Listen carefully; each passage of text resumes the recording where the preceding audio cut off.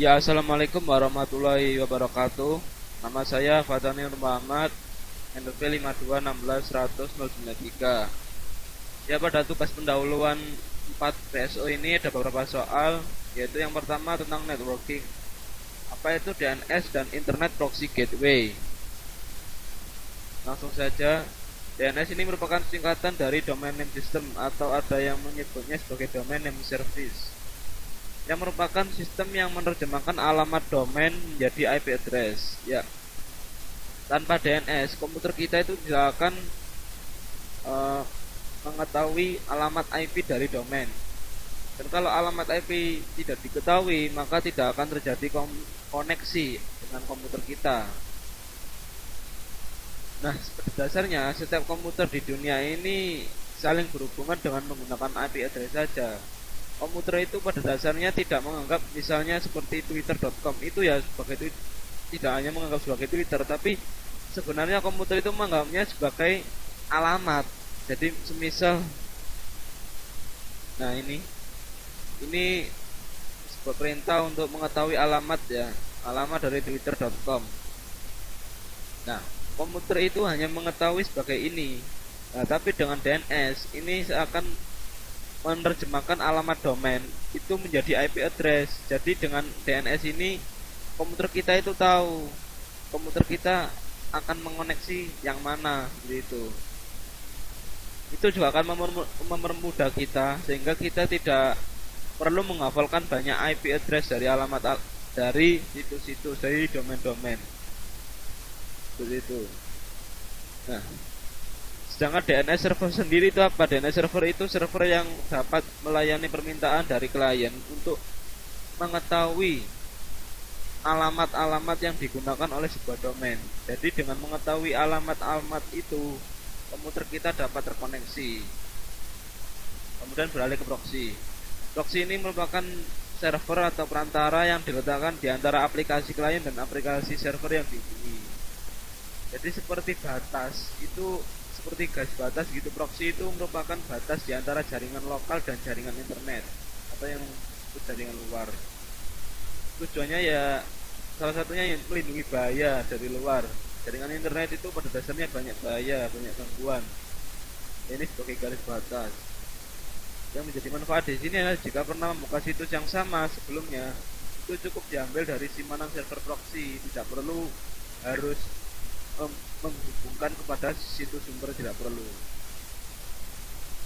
Kemudian server proxy inilah yang meneruskan permintaan dari pengguna asal ke server yang dimaksud. Ya, jadi ini perantara antara pengguna dengan server yang dimaksud. Seperti itu. Tapi di sini juga mengganti identitas permintaan tersebut. Jadi server yang dimaksud ini hanya mengetahui bahwa permintaan itu ya dari proxy, bukan dari pengguna asal. Ya, kita berlanjut ke bab networking ya, tetap yaitu pada nomor 2, cari tahu bagaimana implementasi dari DNS. Di sini aplikasi DNS yang dipakai adalah BIN, yaitu Berkeley Internet Name Domain, yang merupakan sebuah package atau service di sebuah server untuk digunakan pada DNS server. Jadi sebelumnya kita dapat menginstal sudo apt get install bin-nya ya terlebih dahulu, tapi kemarin ya sudah saya install sebenarnya. Langsung saja menuju perintah selanjutnya, yaitu sudo nano etc bin name on options. Ya, jadi pada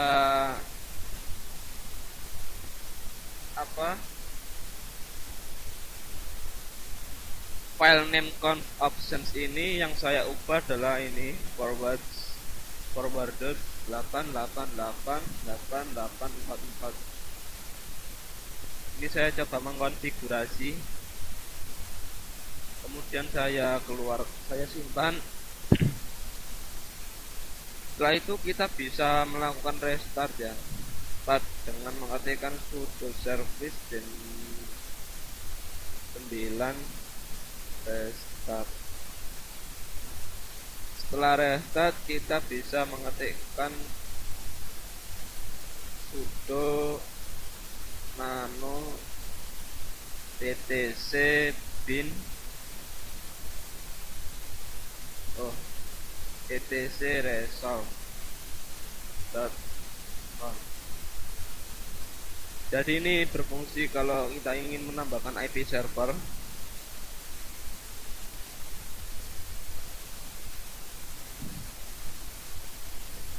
Ya, jadi IP servernya seperti ini: 128.2951 dan 128.295200. Setelah itu kita buka post, lalu kita bisa melakukan uji dengan perintah dik. Jadi dik 128 295 200 26 ms ya waktunya. Kita uji dik lagi yang kedua 128 0 295 200 13 ms. Perubahan waktu ini karena apa yang kita ubah pada file name conf option tadi ya, seperti itu. Kita bisa mengubah hostname dengan sudo nano etc hostname. Jadi ini kita ubah, semisal ini ya, kalau tidak ID, saya tidak tahu domain ini sudah ada atau belum. Tapi ini ya intinya kalau ingin ubah hostname seperti ini. Dan kita bisa simpan. Kemudian kita kalau mengubah hostname juga tidak lupa harus menghubungi ini juga, host. Nah, seperti ini. Kemudian langsung kita membuat dua file, yaitu forward zone dan reverse zone. Pada dasarnya DNS server ini terdiri dari dua file. Ya, cara membuat file tersebut sebenarnya mengcopy dari DB lokal ya. Misalnya saya ketikkan sudo cp etc bin db lokal etc bin db patoni id. Jadi ini semisal nama server yang nama hostname yang baru saya buat dengan mengcopy file dari db lokal, seperti itu. Langsung saja ya kita masuk ke file db patoni etc bin db patoni id. Ya seperti ini sempat saya coba ini ns1 root seperti ini ya. Ini kan sebetulnya localhost root localhost. Saya ubah dan ini saya tambahkan www. Ya kurang lebih settingannya seperti ini konfigurasinya. Kemudian kita sudah simpan, kita bisa membuat file yaitu dengan sudo cp etc bin db 127 etc bin db 128. Artinya kita membuat file db128 dengan mengcopy dari file db127. Kita langsung masuk ke 128 nya ya, sudo nano etc bin db 128 Ya kurang lebih seperti ini, hampir sama. Kemudian isi saya isi 200 S1 fotonya isi, kemudian kita exit, langsung menuju name.conf lokal, sudo nano etc bin name conf lokal. Ya seperti ini yang saya tambahkan di sini adalah ini forward zone dan reserve zone.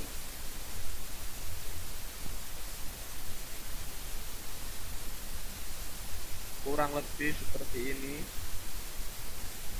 Kemudian kita exit ya sampai situ. Kemudian kita bisa melakukan service binnya ya, bin 9 restart.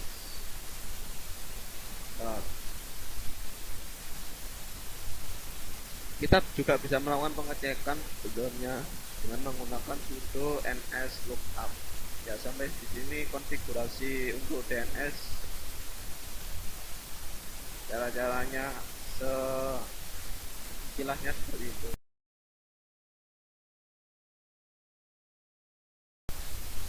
Ya untuk soal yang selanjutnya yaitu masalah Squid. Apa itu Squid, cara kerjanya seperti apa, dan tujuan penggunaannya. Squid ini pada dasarnya program yang dikembangkan dalam dunia Linux yang bekerja efektif mengelola file temporer. Yaitu cara kerjanya itu intinya dia otomatis menyimpan semua file yang kita download saat mengakses situs di dalam satu file temporer yang disebut disk. Di sana semua konten, alamat, teks, gambar, dan halaman web disimpan.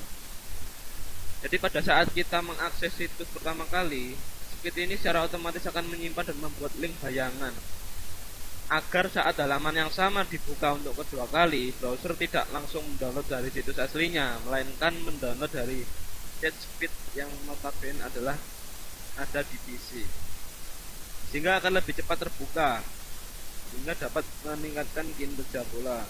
Itu juga akan dapat mengurangi bandwidth ya. Karena apabila kita mendownload file berulang-ulang, misalnya kita membuka file halaman tersebut 10 kali, tentu satu halaman membutuhkan 500 kilobyte. Nah, di sini bandwidthnya yang bisa 500 kali 10 bisa besar 5 megabyte. Nah, dari itu dengan adanya Squid ini dapat mengurangi bandwidth yang ada, sehingga dapat lebih cepat dalam aksesnya. Tujuannya ya itu tadi, untuk mempercepat daripada mendownloadan file, karena tidak perlu berulang-ulang dalam mendownload, cukup diambil dari simpanan proxy-nya itu tadi. Kemudian bagaimana penggunaannya? Ya langsung ya saya melakukan instalasi pada Squid dengan mengetikkan perintah sudo apt-get install Squid 3. Kemudian bisa melakukan sudo nano etc, melakukan konfigurasi di sini Squid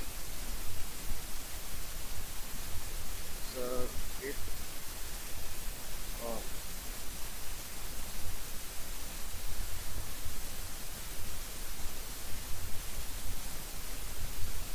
Nah, di sini kita bisa mencari HTTP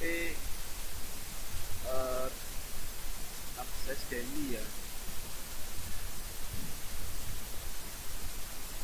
dengan melakukan pencarian dengan Ctrl plus W, kemudian DNI.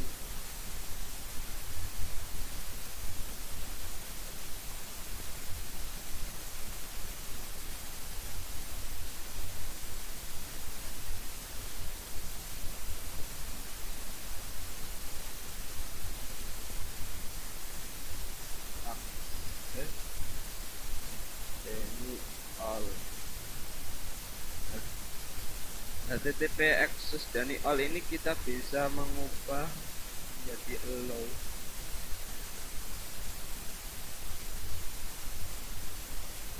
Seperti ini. Kita bisa mengubah menjadi allow jika kita berkeinginan menjadi allow. Setelah itu kita bisa mencari port secara default itu 3128. Nah, di titik portnya kita bisa menyesuaikan pula seperti itu.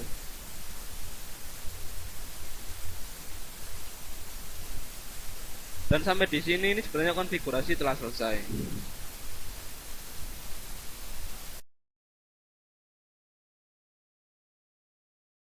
Ya, dan yang terakhir ini kita masuk ke bab firewall, yaitu IP tables. IP tables ini digunakan untuk membentuk, merawat, dan memeriksa aturan-aturan dari paket pada kernel Linux. Jadi setiap table yang ada itu terdiri dari chain-chain, yang mana ada chain bawaan dan ada chain yang bisa kita buat sendiri. Ya, bagaimana cara untuk menambah, melihat, dan menghapus aturan-aturan dari IP tables? Langsung kita masuk ke kernel Linux ya. Terminal Linux, kita coba ketikkan sudo iptables min l. Nah, ini untuk melihat chain yang ada input, forward, sama output. Bagaimana menambahkan? Langsung saja sudo iptables min i output, kemudian ini ns source, kita ketikkan misalnya 192.168.1.1, kemudian min d drop. Nah, ini perintah untuk menambahkan. Nah, kita bisa melihat lagi daftarnya, misalnya sudo iptables min l. Nah, pada chain output ini kita membuat aturan drop ya, pada 192.168.1.1. Nah, cara menghapusnya gimana? Cara menghapusnya yaitu sudo iptables min d. Kemudian kita ketikkan chainnya, chain yang output, input, atau forward. Misalnya ini output ya, urutan ke 1. Nah, kita bisa lihat lagi sudo iptables min l. Nah, sudah tidak ada, sudah terhapus. Seperti itu. Sampai di sini selesai.